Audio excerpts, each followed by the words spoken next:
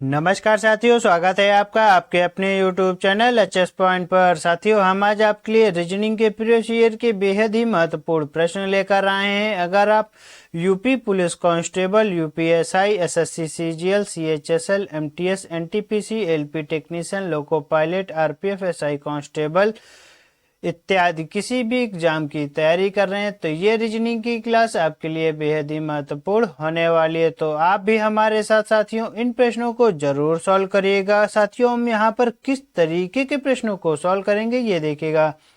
हमारा ये प्रश्न जैसे साथियों देखेंगे, दिया हुआ है मिरर इमेज का, तो देखिएगा दिया है यदि किसी दर्पण को रेखा एमएन पर रखा जाए तो दी गई उत्तर आकृतियों में से कौन सी आकृति प्रश्न आकृति का सही प्रतिबिंब होगी।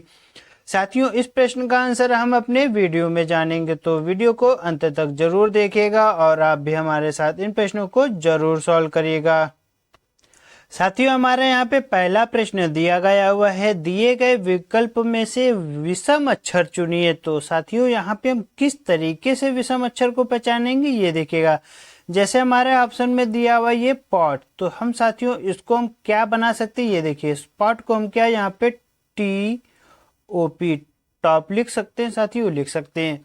उसके बाद यहाँ पे दिया हुआ है TAB टैब, तो हम क्या इसको यहाँ पे BAT बैट बना सकते हैं। हाँ साथियों बना सकते हैं। उसके बाद दिया हुआ है यहाँ पे देखिएगा ये होल्ड्स के बाद यहाँ पे दिया हुआ है लेवल।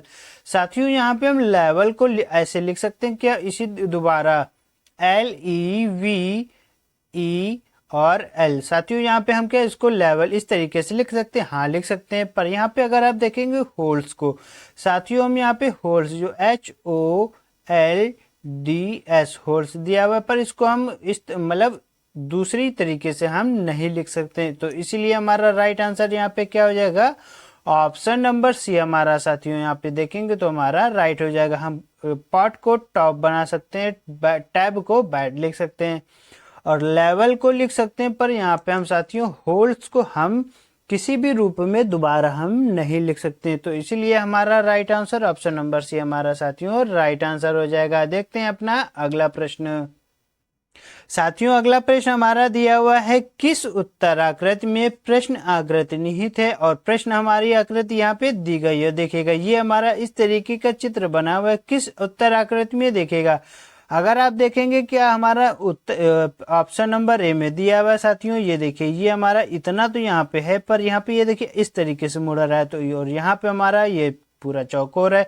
तो ऑप्शन नंबर ए हमारा गलत हो जाएगा। ऑप्शन नंबर बी देखेंगे, ये देखिए यहाँ पे साथियों ये हमारा चौड़ा दिया हुआ है और यहाँ पे तो हमारा ये देखेंगे तो हमारा जो हमारा साइज है ये हमारा पतला है, इसीलिए हमारा ऑप्शन नंबर बी भी हमारा गलत हो जाएगा।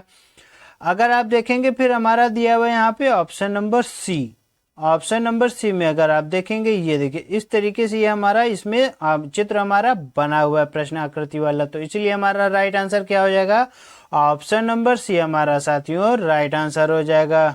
साथियों हमारा अगला प्रश्न दिया हुआ है, ये हमारा देखिएगा 50 सदस्यों वाली पंक्ति में अमर का स्थान 10वां है। साथियों 50 सदस्यों वाली पंक्ति में अमर का स्थान 10वां है और दूसरी ओर से उसका स्थान कौन सा होगा। प्रश्नवाचक चिन्ह हमें ये बताना होगा।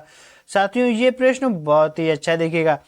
इस तरीके के कभी भी प्रश्न आते हैं तो एक चीज आपको पता होना चाहिए, left hand plus right hand, यहाँ पे हम क्या करेंगे, या left hand minus right hand अगर कुछ भी पूछता है तो हम यहाँ पे माइनस या प्लस करेंगे, -+1। तो हमारा यहाँ पे राइट आंसर हमारे यहाँ पे निकल के आएगा। अब देखिएगा हम यहाँ पे अपना प्रश्न करेंगे, दिया हुआ है 50 सदस्यों वाली, यानी कि हमारे यहाँ पे टोटल दिए हुए हैं और हमें क्या बताना है, 50 सदस्यों वाली पंक्ति में अमर का स्थान कितना है, 10वां है। तो देखिएगा दूसरी ओर से उसका स्थान कौन सा होगा, तो हम यहाँ पे अगर साथियों 50 में -10 करें, देखिएगा माइनस अगर 10 करें तो हमारा कितना होता है साथियों, 40 होता है। और 40 में हम अब यहाँ पे -1 करें या +1 करें, तो ये आपको पता होना चाहिए, जब कभी हम टोटल में से एक स्थान घटाते हैं और दूसरा स्थान निकालते हैं, जैसे हम यहाँ पे लेफ्ट हमारा दिया हुआ है और मान लीजिए राइट हमें निकालना है, तो हम यहाँ पे क्या करेंगे, हमेशा जब हमने लेफ्ट टोटल से हमने लेफ्ट निकाल दिया और राइट हमारा आ गया कितना 40, पर हमारा यहाँ पे 40 ना होकर हम यहाँ पे प्लस का 1 करेंगे, प्लस 1 करेंगे तो हमारा कितना हो जाता है, 41 हमारा हो जाता है। किस ऑप्शन में दिया हुआ है, ऑप्शन नंबर डी देखेंगे हमारा राइट आंसर हो जाएगा। उम्मीद है साथियों ये प्रश्न आपको तीसरा जो हमने आपको बताया था वो समझ में आया होगा। देखते हैं अपना अगला प्रश्न।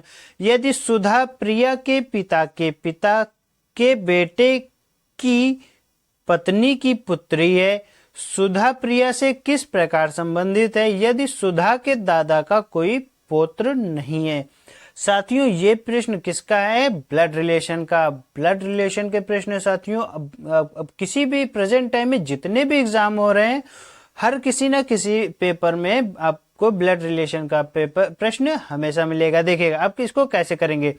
दिया हुआ है यदि सुधा प्रिया के पिता यानी कि हम यहाँ पे ये हमारी सुधा हो जाएंगे और ये प्रिया हो जाएंगे, तो हम यहाँ पे सबसे पहले किसको लिखेंगे, प्रिया को। ये हमारी प्रिया हो गई।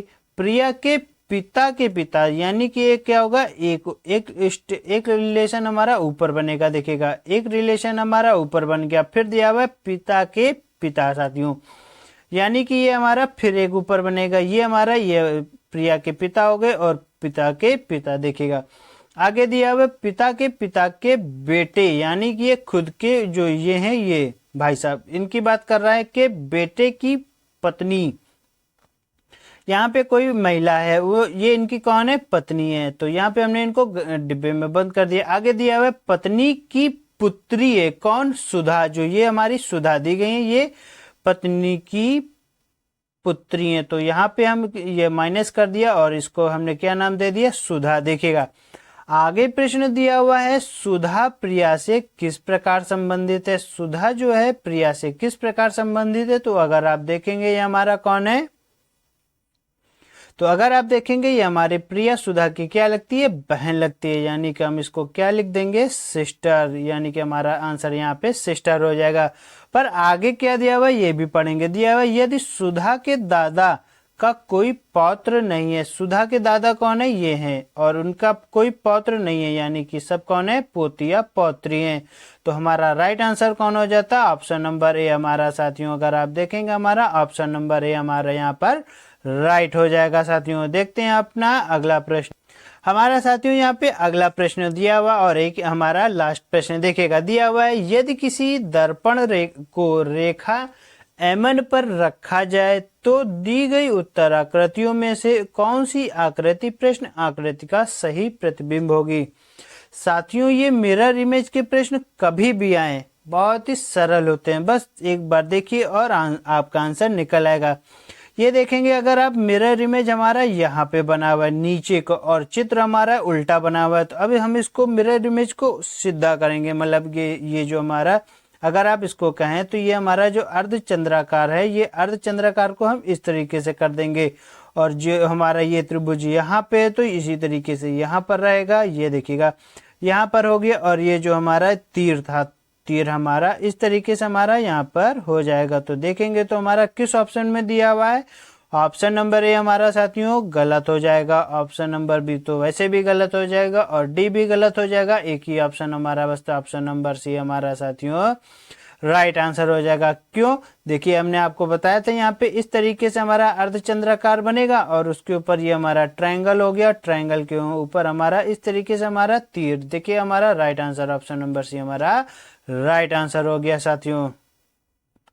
उम्मीद है साथियों आपको ये रीजनिंग की क्लास आपको समझ में आई होगी। अगर समझ में आई हो तो हमारे चैनल को हम सब्सक्राइब करिएगा और वीडियो को लाइक करिएगा और अपने दोस्तों को भी हमारी ये वीडियो साथियों शेयर करिएगा। मिलते हैं आपसे अगले वीडियो में, तब तक के लिए नमस्कार। पर साथियों हमारे चैनल को सब्सक्राइब करना ना भूलिएगा क्योंकि हमारा ये नया चैनल है और आपके प्यार की हमें बहुत ज़रूरत है। मिलते हैं आपसे अगले वीडियो में।